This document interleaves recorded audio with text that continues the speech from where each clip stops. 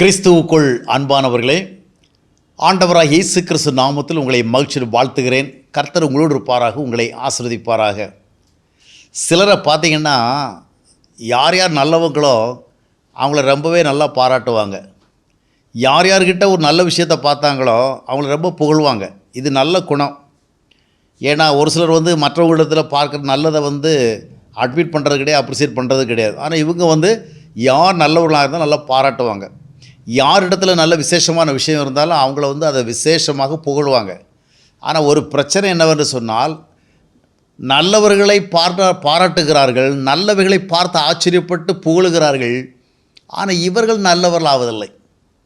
மற்றவருடைய நல்ல விஷயங்களை பார்த்து இவ்வளவு நல்ல விஷயங்கள் செய்கிறாங்க, இவ்வளோ நல்லவங்களாக வாழ்கிறாங்க, என்ன அருமையான காரியங்களை செய்கிறாங்க, அந்த விதமாக அவர்கள் மனதுக்குள் உற்சாகப்பட்டு புகழ்கிறார்கள். ஆனால் நாமும் அதுபோன்று நல்லவர்களாக வாழ வேண்டும், நம்மிடத்தில் நல்ல விஷயங்கள் காணப்பட வேண்டும் என்ற நிலை மட்டும் இல்லை.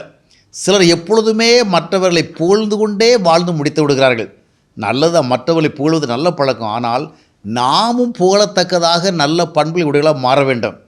ஆவிக்குரிய வாழ்க்கையில் கூட நிறைய பேரை பார்த்திங்கன்னா கர்த்தர் நல்லவர், சிலர் பார்த்திங்கன்னா கர்த்தர் நல்லவர், அவர் கிருபை என்றும் உள்ளது, டெய்லி சொல்லுவாங்க. இன்றைக்கி பார்த்திங்கன்னா நிறைய பேர் கர்த்தர் நல்லவர் நல்லவர்னு சொல்லியே கெட்டு போயிட்டாங்க. அது என்ன பிரதர் அப்படி சொல்கிறீங்க அப்படின்னு நீங்கள் கேட்கலாம். ஆமாம், கர்த்தர் நல்லவர் நல்லவர் நல்லவர்னு சொல்லியே கெட்டு போயிட்டாங்க. எப்படி? விழிப்புணர்வு இல்லாமல். கர்த்தர் பரிசுத்தர் பரிசுத்தர் பரிசுத்தர்னு சொல்லியே பரிசுத்தம் இல்லாமல் போயிட்டாங்க.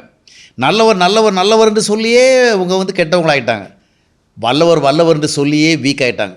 காரணம் என்னவென்றால், தேவனை புகழுகின்ற ஒரு மொழியாக அதை யூஸ் பண்ணுறாங்க. தேவனுக்கு ஆராதனை செய்வதற்கு அதை உபயோகப்படுத்துகிறாங்க ஒழிய, ஒரு நல்ல தேவன், ஒரு நல்ல கர்த்தர், ஒரு பரிசுத்தமான தேவன் என்றால் நம்மிடத்திலும் அதை எதிர்பார்ப்பார். எனவே தான் லேவியராக 20:26 என்ன சொல்லுகிறது? நான் பரிசுத்தராக இருக்கிறேன், நீங்கள் என்னை புகழ்ந்து கொண்டே இருங்கள், நீங்கள் என்னை பாடிக்கொண்டே இருங்கள் என்று சொல்லவில்லை. நான் பரிசுத்தராக இருக்கிறது போல நீங்களும் எனக்கேற்ற பரிசுத்தவான்களாக இருப்பீர்களாக. ஏசாயா தீர்க்கதரிசியுடைய ஒரு வாழ்க்கையில் நடந்த ஒரு நிகழ்ச்சியை நாம் ஏசாயா தீர்க்கதரிசி புத்தகம் 6ஆம் அத்தியாயத்தில் வாசிக்கிறோம். ஒரு மகா பரிசுத்தமான ஒரு சூழல், உன்னதமான ஒரு இயற்கையில் ஆண்டவர் உட்கார்ந்துருக்கிறார். அந்த நேரத்தில் சேனைகளின் கர்த்தர் பரிசுத்த பரிசுத்த பரிசுத்தர் என்று எல்லோரும், அந்த கேருபீன்களும் சேராபீன்களும் ஓயாமல் துதித்து கொண்டிருக்கிறது. ஏசாயா அந்த சீனை பார்த்த உடனே ஏசாயம் சேர்ந்து தேவன் பரிசுத்தர் பரிசுத்தர் சொன்னாரா? சொல்ல முடியலை. அவருடைய பாவத்தை உணர்ந்தார், தவறை உணர்ந்தார், பரிசுத்தமாக்கினார் தேவன். அப்போது பரிசுத்தமான ஒரு தேவன் நம்மிடத்தில் இருக்கின்ற குறைபாடை பார்த்து நம்மை பரிசுத்தமாக்க விரும்புகிறார்.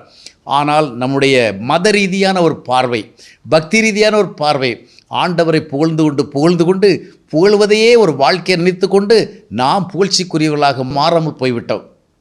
கர்த்தர் நல்லவர் என்பது முற்றிலுமான உண்மையான செயல். ஆனால் கர்த்தர் நம்மிடத்தில் நல்லவராக விரும்புகிறார். ஏனால் அவர் நம்மை மாற்றுவதற்கு வந்தார், நம்மை நல்லவர்களாக்கும்படியாக வந்தார். 2 கொரிந்தியர் 5ஆம் அத்தியாயம் 17 என்ன சொல்கிறது? ஒரு கிறிஸ்துவுக்குள் இருந்தால் அவன் புதிய சிருஷ்டியாக இருக்கிறான். எனவே நல்லவர் நல்லவர் என்று வாழ்த்தி கொண்டிருக்கின்ற ஒரு அனுபவத்திலே தொடராமல், வல்லவர் வல்லவர் என்று அவரை குறித்து உயர்வாக எண்ணிக்கொண்டிருக்கிறது என்று விடாதபடிக்கு, பரிசுத்தர் பரிசுத்தர் என்று சொல்லி அவரை ஆராதிக்கிறது என்று விடாதபடிக்கு, அந்த பரிசுத்தமான தேவன் அவரை புகழ்வதை விட, அவரை பாடுவதை விட, அவரை போற்றுவதை விட அவர் விரும்புகிற பரிசுத்தத்தை நம்ம காண விரும்புகிறார். வேதம் என்ன சொல்கிறது? கர்த்தர் தாம் நேசிக்கிற பரிசுத்தம், அந்த பரிசுத்தத்தை தான் ஆண்டவர் நேசிக்கிறார்.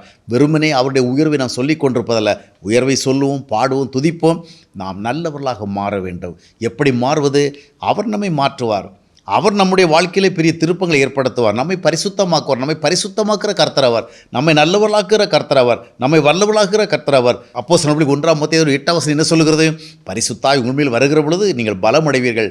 அப்போது அவரை வல்லவர் வல்லவர் என்று சொல்லிக் கொண்டிருப்பது மட்டுமல்ல, அந்த வல்லவர் நம்மையும் வல்லமையுள்ளவராக மாற்றுகிறார். அதன் மூலமாக அவருக்கு பிரியமான ஒரு வாழ்க்கையை வாழ முடியும். எனவே கர்த்தர் நல்லவர் நல்லவர் என்று சொல்லியே நாம் கெட்டு போகாதபடிக்கு, கர்த்தர் நல்லவர் என்பதை சொல்லுவதோடு நாமும் கர்த்தருக்கு முன்பாக நல்லவர்களாக வாழ்வதற்கு ஆண்டவரை ஒப்பு கொடுப்போம். ஆண்டவர் நம்மை ஆசீர்வதிப்பார், நம்மை வழி நடத்துவார்.